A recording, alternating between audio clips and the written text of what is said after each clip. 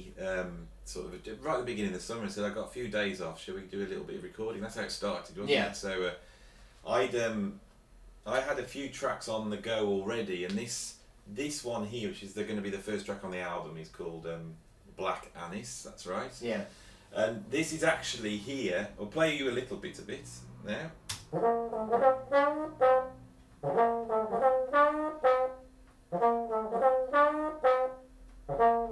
So I think the idea behind this was it was going to start with just you, wasn't it? Yeah. And you'd hear lots of trombone.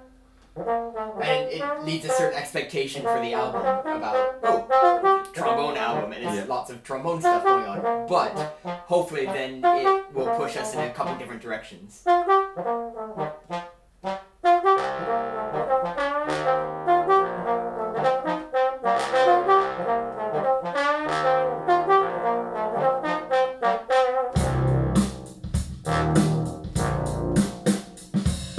So this heavy groove comes in here, which hopefully people weren't expecting. This here is the first bit of drumming I recorded on the system. So this first drum part was actually me going, right, I've set the drums up, I've got the mics ready, let's see if it all works. Here we go. So I've got no music there, that's just me plugging the computer in and I had a click, put this groove down, just to see what the drum sound would be like. Yeah. So, and then from there, you started to overdub. I started to overdub things, but Andy originally started off by giving me a bass line that went along with this, as well as then, I believe, some guitar parts or some kind of vague chord implication. That bass line there was something. Once I'd recorded the drums, I actually randomly went 3 notes and a minor chord, bang, bang, bang, and then walked away. That was all. That sounds okay. Yeah. So then what I did is I just had a block of things I recorded 4 separate parts, each with a different character, each with a different part of the bar that they lived in, and then we gradually overlaid them. Yeah. So actually, what we can go through, you can just listen to. Yeah, so that's one part there. And then second part. And then another trombone. And they're all panned across the stereo spectrum, so when you hear it properly, you hear all these trombones wrapping around you. Yeah, and it helps because you're hearing some from the left and some on the right, and different extents. It helps your mind distinguish a bit about what's going on, rather than just a wall of sound from there. Once we'd recorded this, we got this groove going here. Murphy then carried on playing and actually left me after the first session with this. Here we go.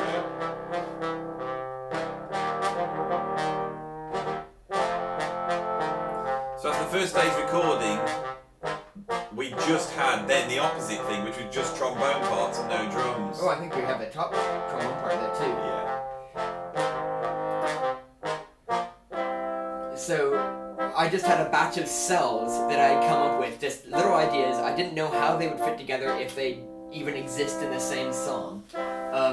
And they actually worked quite well, just to bash them right up next to each other and use them as alternating ideas. And then Andy just went through and played things to go along with that. So all this drums has now been done later on and after the trombone parts and the bass parts and the guitar parts. This piece starts off in a sort of quite a rambling form and then becomes more and more structured. Yeah. And it's also got a lot of the stuff that we do later on the album. There's all the seeds of that are in this track, isn't there? There's lots of funk grooves, there's some weird, sort of ambient-y sort of...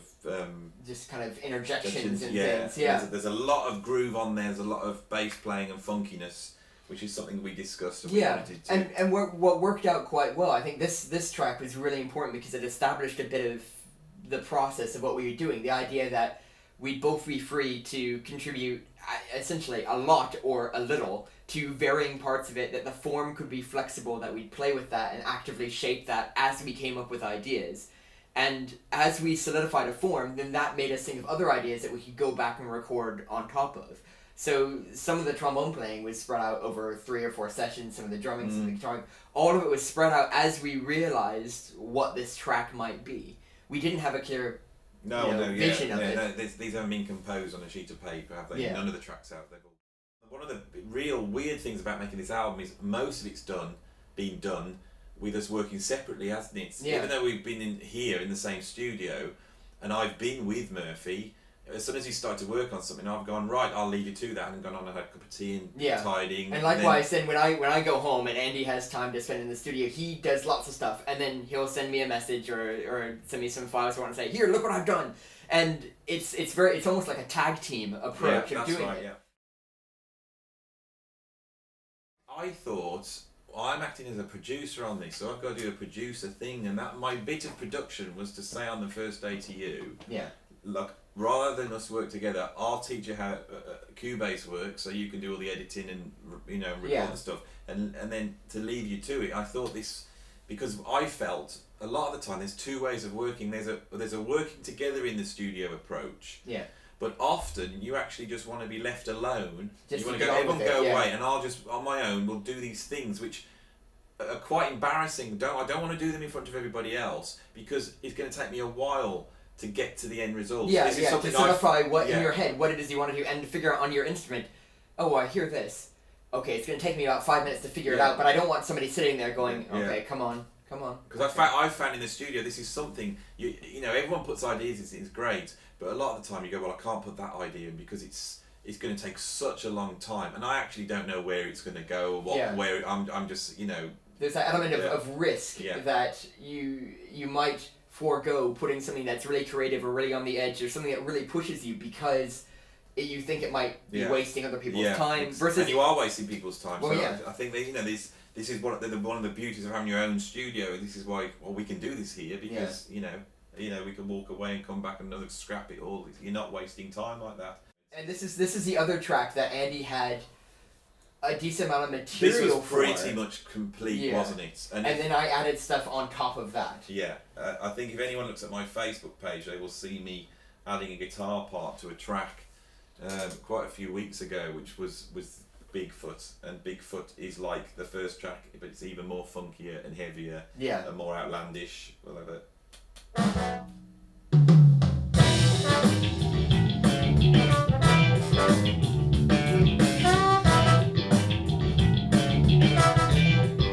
So this track started off, from my point of view, with the bass line. I plugged the bass in and I recorded a load of slap bass. Here. And then I cut out the bits I liked. So this is a loop. But it was nice because that line then set Andy up with both a character and a groove and lots of different things to create like creative material. Yeah, this whole track comes from the bass line, and it was all improvised down. So every section, all this bit here. So I just can sit back. I remember, I'm just going to random notes here. I just cut back. Sorry. And then I did it again. Yeah. Had no idea that these notes, what the chords are for these notes. I'm just playing like a bass tune. You know. Yeah. Well, it's interesting because you have enough experience as a bassist to know kind of what feels right under your fingers. That inspires a whole range of stuff because the chords that ended up being over that were. I mean, they're really interesting, and they don't necessarily follow what you would expect them to do. Yeah, we just, I love this section here. Yeah. Because that's how it sounded to me when I wrote it. It was just this bass line. There is so much there. Now.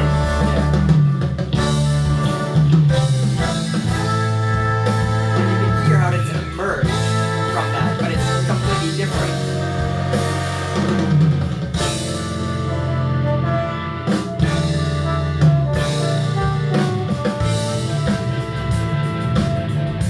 overdubbed into that we have guitars, a drum kit has been overdubbed into that. Then we have an electric piano, a Hammond organ, and then is it 4 or 5 channels of trombone? I think it's four with an extra little solo bit to allow me to play stuff over chords. And this is one of the things about this album is it's even though we were having to work very quick, the material is very layered. There's a lot of overdubs going on all the time. So he said, well, I kind of hear you accenting these chords and maybe playing a few little things here and there.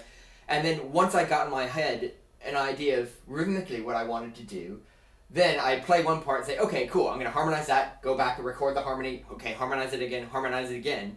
And little bits of my understanding from playing in trombone sections and learning about voice leading, everything else, has made me think, okay, well, yeah, this makes sense for that, and to give you some of these really massive, giant sounding chords that then help support the kind of thing that Andy's done. And then we got it's got my big guitar solo. I've deleted a few guitar solos off this album as it's gone on, because I didn't want it to end up with tons of trombone solos and tons of guitar solos. I thought once I've done the big guitar solo, I've done the big guitar solo. So it then goes into my big guitar solo, which is pretty outlandish, isn't it? Yeah, it is.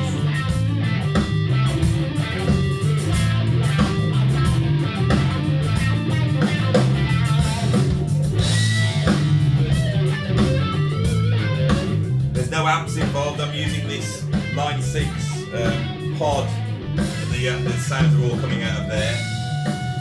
It sounds amazing, I think, the guitar sound, especially on this bit. Yeah. Solo the guitar.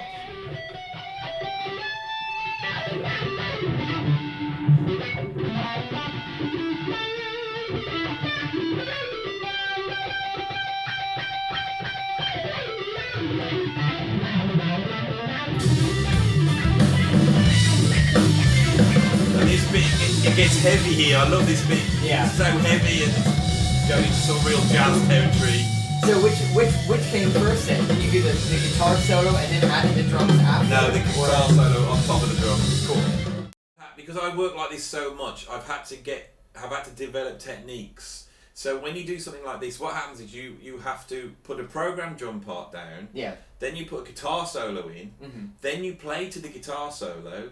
Then you delete the guitar solo and put another guitar. Put in the proper one. The one that you... So what's happening is the drums are then responding, and you can mess with that sometimes. Then if I feel that the guitar solo is really great, I might then overdub the drums again, so the drums are following that the guitar solo. Yeah, but I suppose what you're doing is you're avoiding the temptation to play a part in stasis and kind of in this vacuum, and then just say, yeah, well that was good enough. Yeah. Cool. And instead it's something that you're almost simulating through time how a group works together, but you have the luxury of fake interaction. That's what I call it. Yeah. You know. Fake interaction. Yeah. And I love the fact that this builds up to such a crescendo of noise. Yeah. And it just resolves. I managed the guitar solo to hit something. Something that works on top of it. I thought that Bigfoot needed to be differentiate from the other tracks. All the other tracks had to have their own little thing in, and this was a bit too close to the first track. So I decided to put a dub section in here. So it comes out this.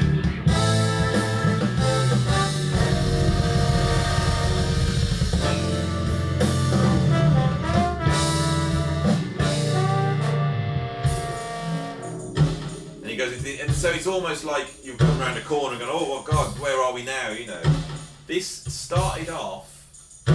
This is the drums here. That's the drums to the verse that have been dropped down in pitch and stretched to half time. I then added another programmed drum to it. So it's filling in a little bit of gaps, yeah. And there's sort of similar sounds that are just giving it a sort of bubble. And this was the hard bit. I wanted to change key as well, and I didn't want to have a proper key change where you went, oh well, we've changed key. You would vaguely get aware of being in one key, and then I'd move very slowly from the A back to the E. This is the idea for this section. Well, what's really clever about the way that Andy did it is that you go somewhere else and you work your way back. And then once you're almost back there, he reintroduces some of the material, just like he took the drum part and was stretching it and modifying it. Then he takes some of the trombone parts and does a similar thing, but it puts them in a completely new light. Yeah. It gives a completely different feeling to what's going on. And there's there's a trick. Yeah. Because if you listen to the harmony, this is in A. I hope it's in A, someone might check out. Somebody's gonna check. It was in a different key to the original. And there's that resolution there, but then I run a dominant chord, that's a B7, that B7 would go, well, B7 would resolve to E. And then I bring the original material back in, but it's slightly reharmonized here. It's in a way, it's almost like it's harmonized in a more traditional way. It's almost like if he had worked from a harmony, then bass line tactic, rather than what happened with the original sections, the bass line and then a harmony that kind of happened out of it. And I think this was something that, and there's the brass parts from the verse, but stretched out. But they've got overdubs in them which change the harmonic content a bit. And I think the idea we had all the way through that we were going to do lots of these tricks and devices, but we were only going to do them once. And so the album would feel very rich. You would feel that there was a lot going on. So we weren't just kind of buying time by saying, yeah, well, we do this. It sounds great. You're going to hear a lot of it, you know. The idea of the Salmon Brotherhood comes from a mystic called Gurdjieff, and there is film that you can see which is a shot of the Gurdjieff dances, which is used in a film where they visit the temple of the Salmon Brotherhood, and they get taken from room to room, and there's all these different dances going on. This one is sort of the same thing in that I came up with about 5 funk grooves, didn't I? And they weren't related except they were the same tempo, and they were one after the other. And then you basically overdubbed lots of random stuff onto this, didn't you? Yes. And then I basically structured the track after that. From then you structured it, and so in a way this is probably the one where I was doing things most blindly, because I was just generating loads of stuff that didn't have to go together. I had 4 trombone tracks. And all I did, I sat there, I recorded something over the 48 bars, and then I'd mute that, go back, record another line, mute that, go back, record another. So I generated probably 400 bars of material that I was not listening to, that I wasn't ever really intending to fit together by any means. And so it's been really interesting to see what Andy's done by chopping it up and making a bit of a jigsaw out of it and creating this thing that I could go back and learn, and I could go back and transcribe, but I would never have necessarily come up with this set of things on my own, and I don't think Andy would have necessarily come up with this set of things on his own either. I had tons of these trombone parts. What I started to do was look at what they looked like on the screen, and pick up ones that sort of look similar, and plop them on top of each other to create new parts. So this track's different to the rest because the trombone part that is on this record was written by Murphy but wasn't arranged. I've created the arrangements of the parts. And it's almost like in a way it's not even written by me. It's almost like I've generated loads of content, and then that content was then used as the basis for something written by Andy. But I haven't gone in and rejigged the notes or the rhythms. No, they're all your rhythms, but they're just really cut up. And then I've overdubbed on top of them to make them sometimes sound like they're being composed. So he's on. And then that's cut. And then here. And then Andy's gone back and added in guitar parts accenting some of those things. So in a way it feels like it could have just been written out as a score. Yeah. And then goes to the next funk section. On the album I felt that you'd had like a nice sort of 5-minute track at the start which was nice and funky, and then it had another big foot is a little bit more involved. With a bit of a different section in the middle. But here you're now going deeper into the album, so this is sort of an 8-minute track. I think so, yeah. And it goes on, and there's a lot of sections, and there's one section where we start to become, it starts to become very strange. I think around about here. Yes. If I was to lose the drums at this point, this is very abstract.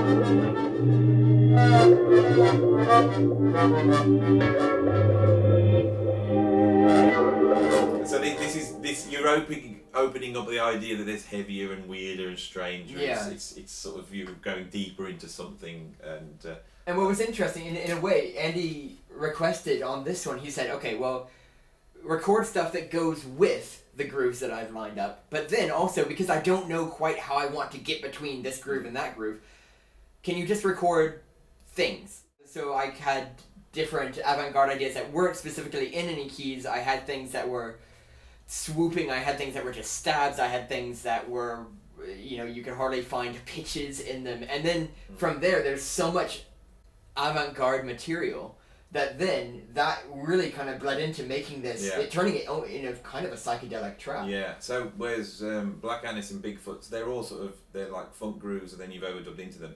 This has been made in a different way and to me is a completely different track to what you've heard before. Yeah. Most of the drumming is drum loops.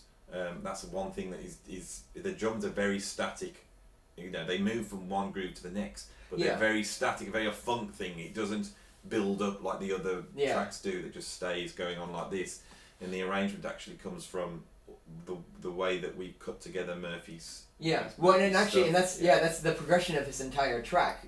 It comes down to how things are layered, not necessarily the individual feeling of progression within each track. It's not like the drum line, like Andy was saying, evolves into something different.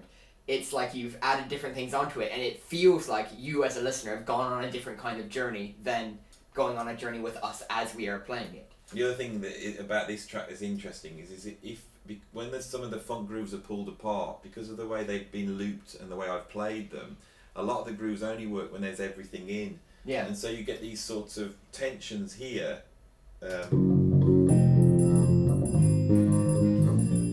Listen very carefully, that triangle is not really in time with the bass there. You're feeling, this doesn't quite work. The triangle is way ahead of the bass. It doesn't feel like it should work. And then but when the drums kick in, you say, oh god, yeah. And it's proper funk. To me, funk is when everything is waiting each other. It's not all smacking time. There's a low, and so. What's interesting with the process that we're able to do here is that if you were to listen to a funk group, in a concert or whatnot, you might hear how it kind of balances itself out, but you wouldn't know the extent to which people are ahead or behind in the beat. But here we can actually pull out that central material. You can feel really distinctly that tension, and it's not comfortable. And then you kind of get resolution through actually having everybody else in. Yeah.